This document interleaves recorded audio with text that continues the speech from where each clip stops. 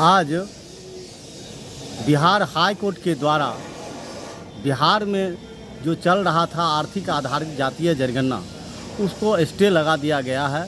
हम राष्ट्रीय अध्यक्ष, राष्ट्रीय जनता दल के जिला अध्यक्ष माननीय मोहित यादव जी से पूछना चाहता हूं कि इस पर आपका क्या कहना है। देखिए, खास करके अभी केंद्रीय शासक जो हैं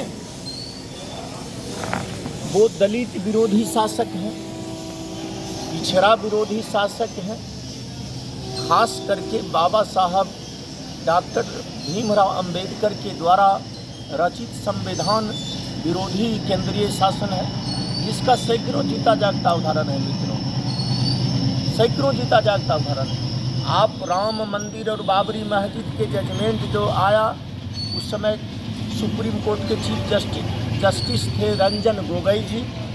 रंजन गोगोई जी जब वह निर्णय सुनाए, उसके एवज में उनको राज्यसभा भेजा गया, ये केंद्रीय शासक के द्वारा। खास करके लंबे संघर्ष बिहार के दलित, पिछड़ा, सामाजिक न्याय के नेताओं के द्वारा आंदोलन किया गया। बधाई के पात्र है बिहार सरकार, जो जातीय जनगणना अपने राज्य में कराने पर राजी हुई। यह बधाई के पात्र है बिहार सरकार। जो आर्थिक जनगणना, जातीय जनगणना कराया जा रहा था, यह बिहार के लिए शुभ संकेत था। ये इस जनगणना से यह स्पष्ट हो जाता जो किस जाति का कितना जनसंख्या है, इसका आर्थिक स्थिति क्या है, इसका आर्थिक स्थिति क्या है। और खास करके जो हमारा संवैधानिक अधिकार है, आरक्षण में जो अधिकार दिया गया, इस हिसाब से लोगों को आगे बढ़ाने का जातीय जनगणना के बाद कार्य होता। लेकिन फिलहाल ये फिरका प्रस्तागत जो केंद्र सरकार है, फिरका प्रस्तागत दूसरे अंग्रेजी हुकूमत के तहत इस देश को चलाने वाले केंद्रीय शासक हैं। ये सोच लिए, अगर बिहार में जातीय जनगणना हो गया, जिसको हम सदियों से प्रताड़ित करते आ रहे हैं अंग्रेजी हुकूमत के बाद, वैसे लोग संवैधानिक अधिकार के तहत आगे बढ़ जाएगा। इसलिए इसको दबाने का भयंकर षड्यंत्र किया गया है। खास करके ये जो जज के द्वारा जजमेंट दिया गया है, आज न कल स्पष्ट हो जाएगा।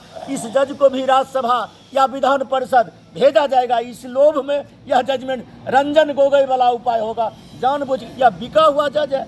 आपके कई जज जो सुप्रीम कोर्ट हो, हाई कोर्ट के जजों के द्वारा स्पष्ट शब्दों में सड़कों पर आकर प्रेस कॉन्फ्रेंस किया, इस देश का संविधान खतरे में है। अब स्पष्ट हो गया देश का संविधान खतरे में है। हम बाबा साहब के द्वारा रचित संविधान में जो पिछड़ा का, दलित का जो मौलिक अधिकार मिला था, जिसके तहत ये जातीय जनगणना कराने के बाद वो लोगों की आगे उत्थान होती, राज्य सत्ता में हिस्सेदारी होती, आर्थिक पदोन्नति होती, शिक्षा में पदोन्नति होती, इन लोगों को देखा नहीं गया। अभी एक साथी कह रहे थे सतयुग के मतलब किसी एक जाति का शासन था, किस जाति का शासन होगा। याद रखिए, द्वापर का मतलब दो जातियों का शासन था। उसका रूप रंग बदल कर सदियों से इस दलित, शोषित, पीड़ित परिवार को प्रताड़ित करने वाले जब युग बना सकते थे, सतयुग, द्वापर, त्रेता, कलयुग, तो ये जातीय जनगणना रोकना इनके लिए क्या बात है। और मित्रों, याद रखिए, आज न कल जिस तरह से अंग्रेजी हुकूमत के विरुद्ध सड़कों पर उतरने का काम इस देश का किसान, इस देश का नौजवानों ने किया था, अपने प्राणों की आहुति देकर इस देश को, भारत देश को आज़ाद करवाने का काम किया था, आज दूसरी अंग्रेजी हुकूमत की शासन इस देश में चल रहा है। इस फिरका प्रस्तागत के विरोध भी सड़कों पर लोग उतरेगा। खास करके हमारे बिहार के जो नेता हैं, बिहार सरकार के लोकप्रिय उप मुख्यमंत्री माननीय तेजस्वी प्रसाद यादव जी, उत्तर प्रदेश में अखिलेश यादव जी के नेतृत्व में लोग सड़कों पर उतरेंगे। हम लोग राष्ट्रीय जनता दल के सिपाही हैं।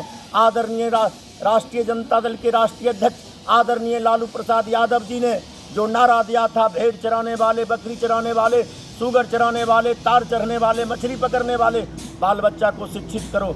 आज पुनः फिरका प्रस्तावितों के द्वारा ये तमाम परिवारों को शिक्षा से वंचित करने का ये षड्यंत्र है जातीय जनगणना रोकना। मित्रों, इसके लिए हम लोग उग्र आंदोलन करने का काम करेंगे। केवल नेता का इशारा का प्रतीक्षा हम लोग कर रहे हैं। धन्यवाद।